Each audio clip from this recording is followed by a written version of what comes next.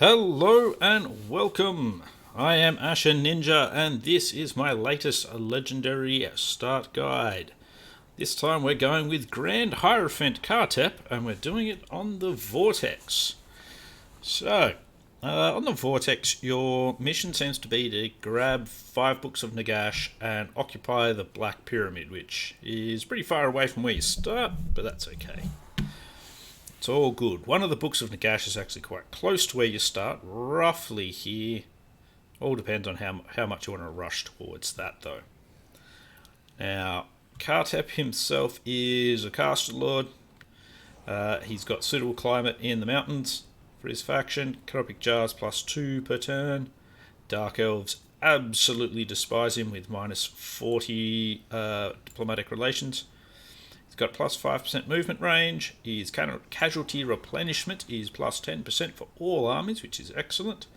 And his lore effects are merely +2 hero capacity for Leech Priests and +3 recruit rank for Leech Priests. He starts out with some of the best units in the game, being Carrion. Yeah, the shit. And a Hyro Titan, which is actually a top tier unit. Pretty tough, pretty smashy, pretty good guy. And he also augments your winds of magic. I've got hiccups today. What the hell is going on? Anyway, our Dusty Bone Man here, who probably doesn't need a loincloth because he has no crutch, is going to be doing this on Legendary very hard, because that is as hard as we can make it. And it's my preferred battle standard. Now I'm not going to sit through the video that starts the campaign. Honestly, it's one of the most boring ones I've seen, and doesn't really tell you much about why Khatep is all the way over there or anything like that. Basically, he's been banished, and the mortuary cult, which he leads, has also kind of been banished. So this is an attempt to basically bring the mortuary cult back up into prominence. Now, we of course have a whole bunch of quests, like collect any of the 9 books of Nagash, occupy any one thing belonging to Sildrator, if you don't actually want to do that early on, and a dynastic power, which is researching a dynasty. You tend to get a lot more quests in Vortex than playing on ME, I've noticed, but them's the breaks. Now you've got the 5 books of Nagash that you need, but altogether there's more than that, I believe. Yeah, 3, 6, 8 books of Nagash. Looking at that, there should be 9, I think. So the closest one being this one, income from trade +20, campaign line of sight over regions with golden idols, marble, and gemstones. That doesn't sound particularly interesting at all. So that one's just up there. There is also the 7th book of Nagash, which is 10 canopic jars per turn and research rate +10%, which is just over here. So just through this mountain range here, near Tyrant Peak and that sort of thing. So that's all fine. So down here we've got Sildrator, who we're already at war with. They have Titan Peak, Sulphur 8s, and Sir Sildrator itself, which I think is somewhere over here. And that is all fine. There's an army just over here. Oddly enough, that army is not much of a threat. You'd think it would be, but oddly enough, no. Now, we will, first things first, we're going to bring him across the river here. Pop his Leech Priest in there with him. Well, he starts with at least. Speed everything up. Alright, speed everything up, do all that. Now, he is aggressive, one of the worst traits you could ever give to a priest. Now, at the moment, our army looks like it's a pile of crap, especially compared to that. They should be able to kill us. So, yeah, looks bad. Okay, so we've got a knowledgeable Death Priest. I don't actually want a Death Priest, though. So what we're going to do is we're going to recruit and disband him. And we're going to go over here, back in this, recruit and disband a Light Priest as well. And hopefully we'll pick up a knowledgeable in our Light Priests next time. Research! So research is still the same whether or not you do it on ME at all. So as usual, you only have the one army capacity to start with. Can't have any more than Khatep. You need to research these to get more armies. And you need to use canopic jars as well to increase your armies, as well as use 10,000 gold. And of course there's all those usual things you can get through getting canopic jars, which we get 2 of a turn. So that's something at least.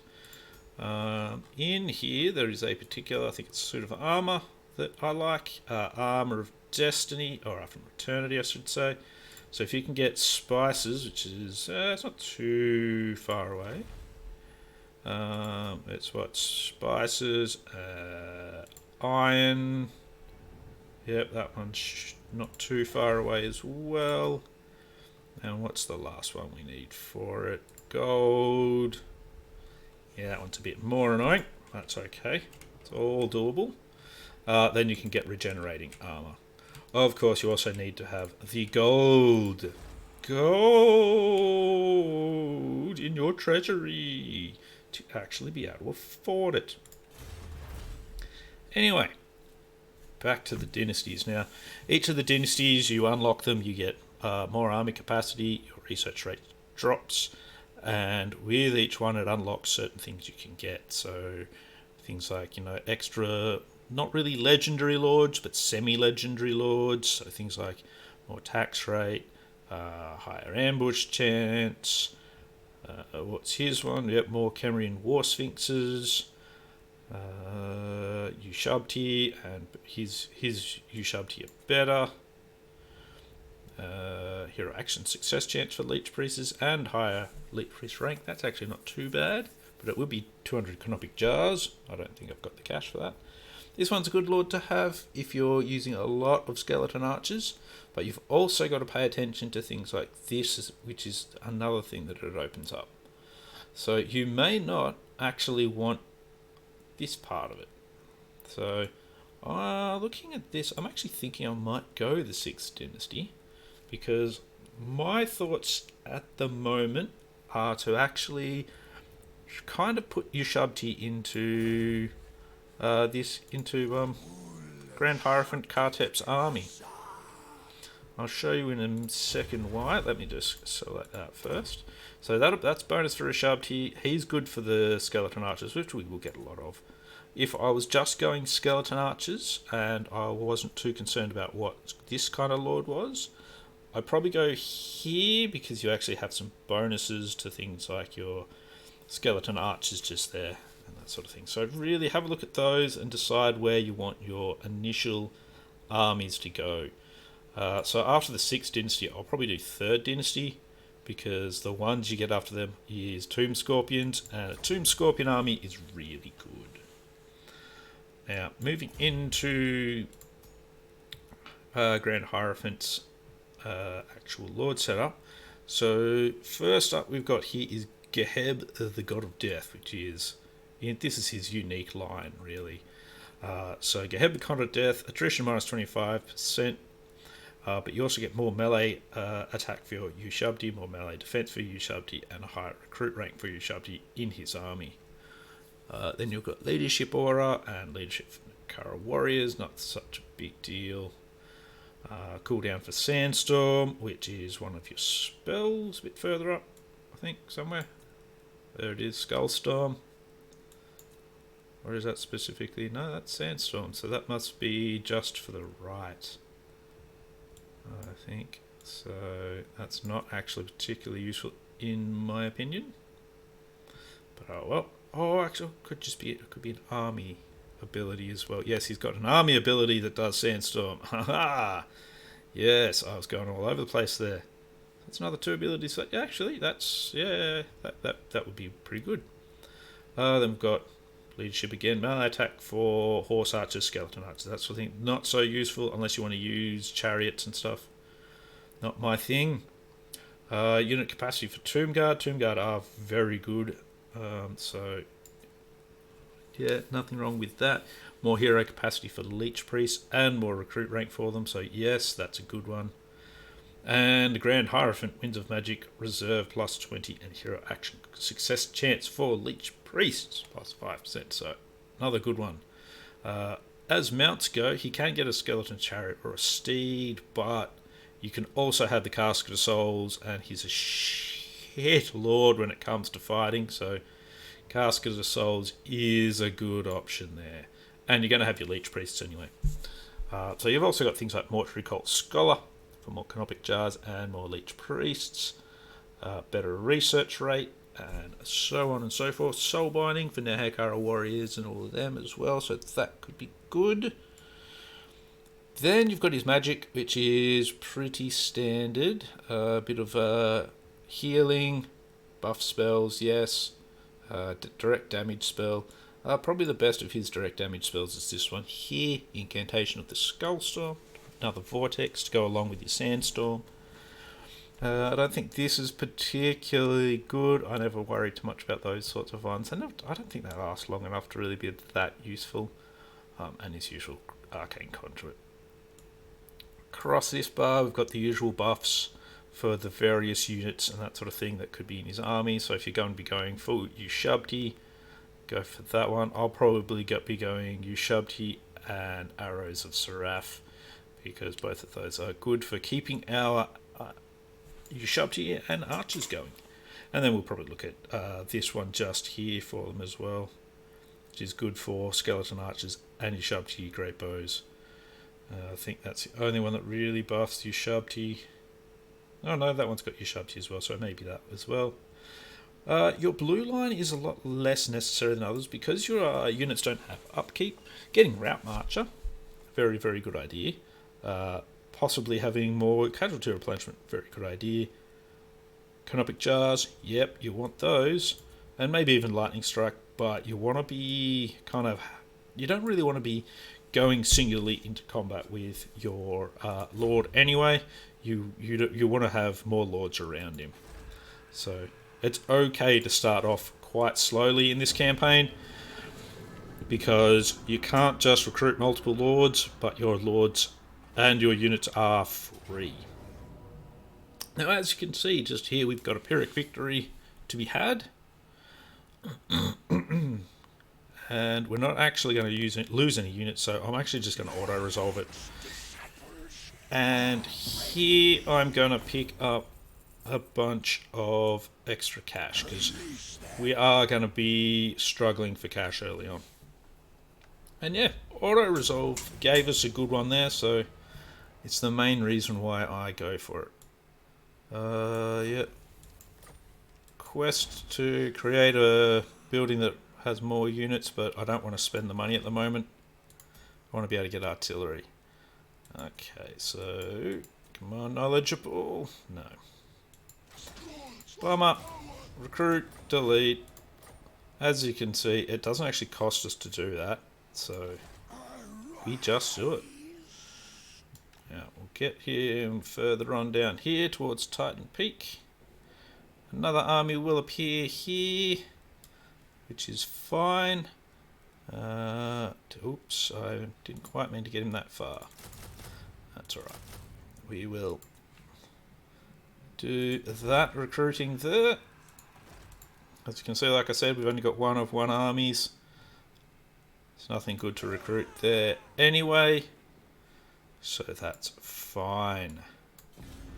Next turn. Now for the levels that we do have, I want to actually start with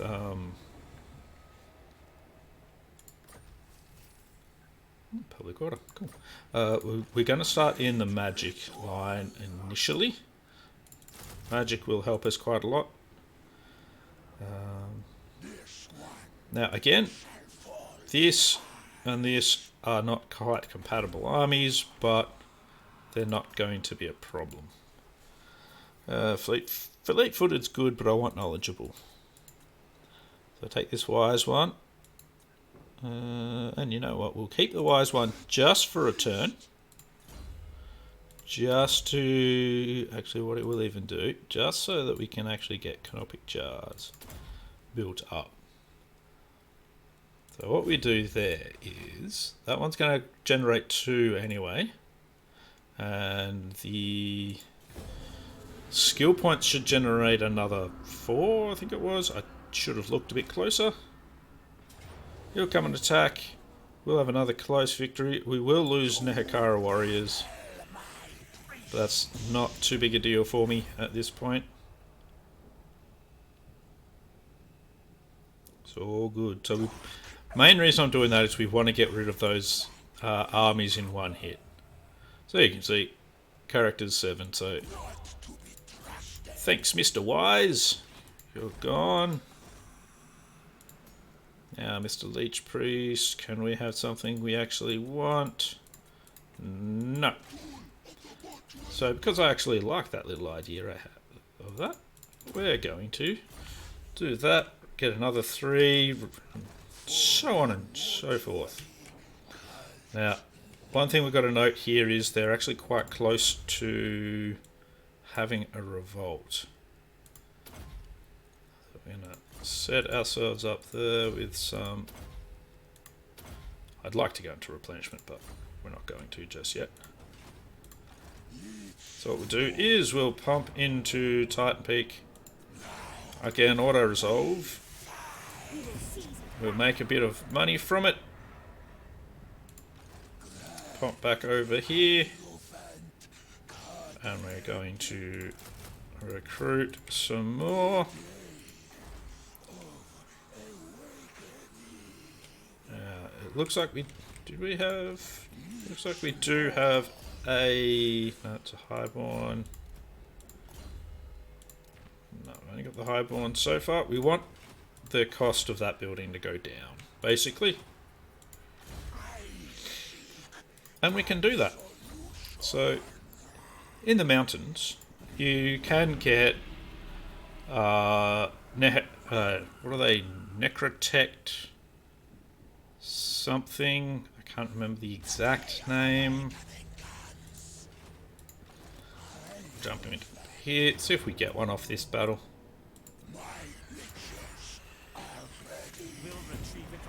No, that's not quite the right one. Still good. Construction cost minus 25% province capital. Oh yes, we definitely want that as well. So what we're going to do is we're going to pop here and we're going to pop into ambush stance. Because they will be having a revolt. Get rid of him. Pick up our next Leech Priest. We still don't have a knowledgeable one. Treacherous is a good one to have as well. I didn't mean to disband him.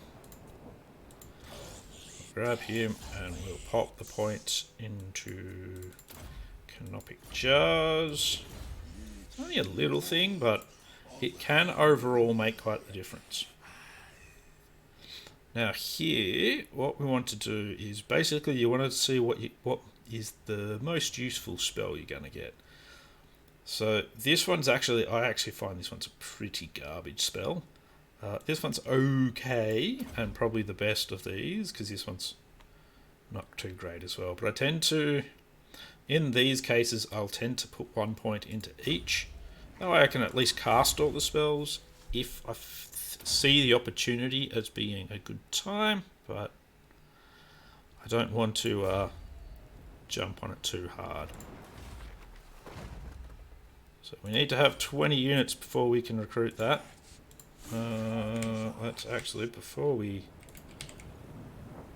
not going to have a revolt this turn, so we may as well get our 20 units. And some replenishment, of course. Because we'll actually have the money to purchase our artillery. That is a nice thing.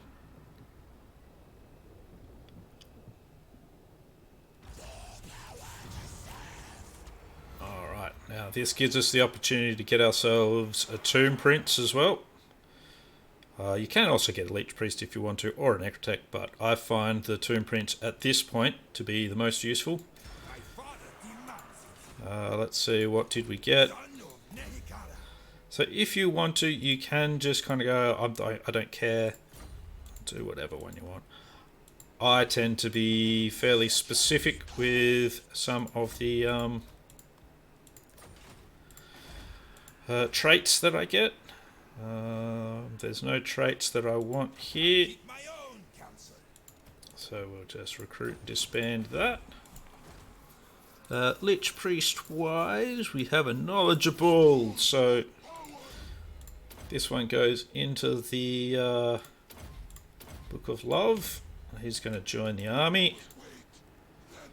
There's this one, the aggressive one. He is at level 5 now. But once we've got the other one in the army, we're getting rid of him. Because we don't need him. So we do another one of these. Give it a second.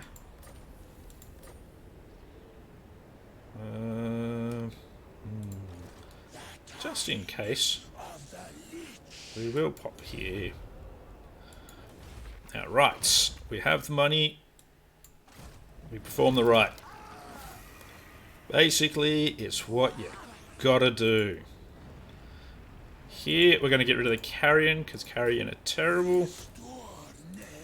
We'll grab our Casket of Souls.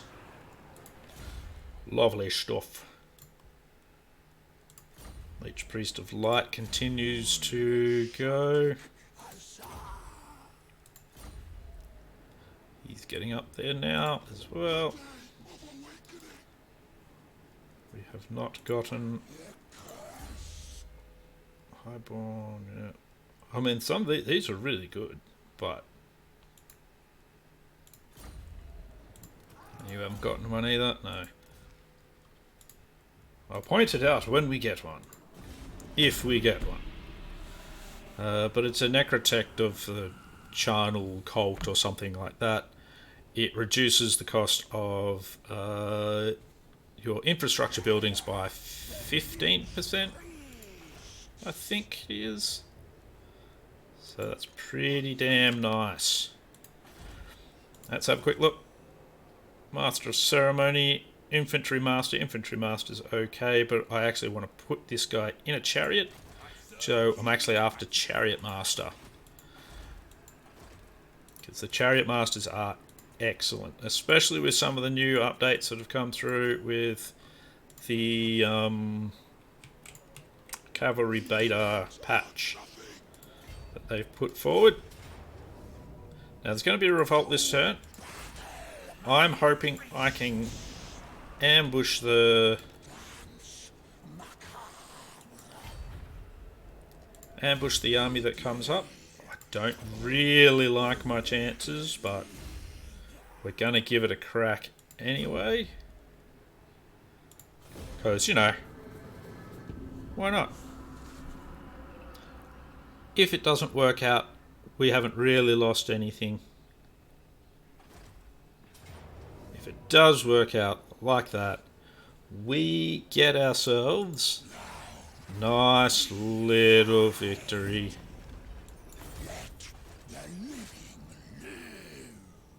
Let the living live. What? Oh, whatever. Search any ruined settlement for 1500 gold. That sounds pretty good. Tomb Fleet Taskmaster. Still haven't got the one we're after, but that's okay. We can do that now. And now that Titan Peak is back at just -2, we'll head back across here. Get ourselves some replenishment. That Leech Priest has nothing, so that's good. He goes goodbye. This Leech Priest, even though he's a lower level. Oh, hello. Oh, that's right, because going into an army is actually a hero action. over here. We're going to continue to recruit and disband until we get one we want. Over here, kind of going to do the same. That's fine. Okay. Now, I do actually want both of these, but first things first, I want to get through into Skullstorm and that, and then we'll work on other things. Until then, Khatep, we just concentrate on his magic.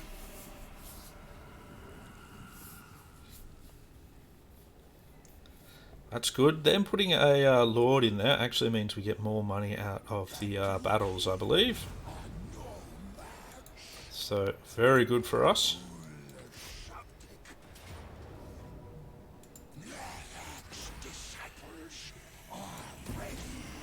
So we're getting a decent amount of income from these battles. That's the one we're looking for, Charnel Valley Necrotect.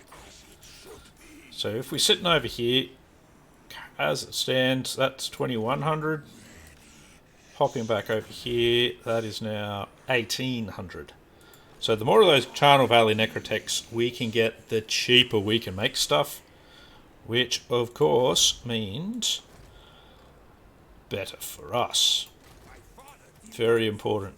But you only get it from doing it in mountainous areas. So battles in mountainous areas, just being in mountainous areas, all of that is what you need to actually get them. Like literally just sitting in a mountainous area can slowly get them for you, but I wouldn't rely on that personally.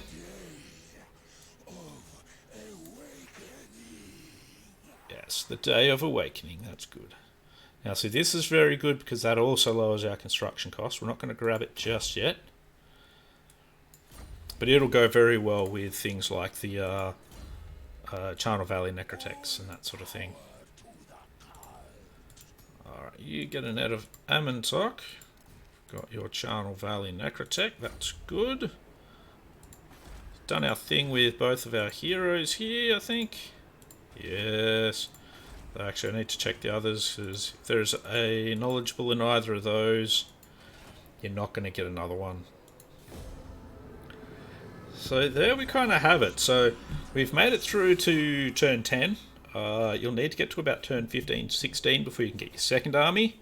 That's where your life changes a fair bit. And especially now that they actually have an army there, that makes life just a little bit more difficult here. Now what I do is I go in ambush stance like so. What we'll do is do another recruitment disbandment here. So Eternal and Cunning.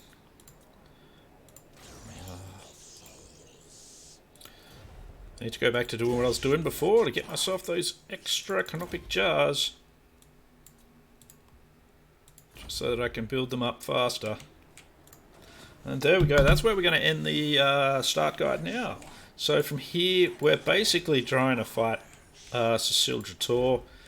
Once I have that second army in another 5 or so turns, I'll actually be trying to put them over at Tyrant Peak and take it. Tyrant Peak does not start with Skaven in it. It may get Skaven in it while you're doing other things, so try and pay a little bit of attention to that. You don't have to pay a huge amount, but you never know. So if Skaven don't go in there, all good, colonize, win. But otherwise, yes. Anyway, this is now going to turn into episodes, so from next one will be episode 1 of the of this campaign. So this is going to be my campaign alongside Icket Claw for the Vortex. And I will see you in the next episode. Hope you have a good one. Hope this has been informative for you. I'll see you later.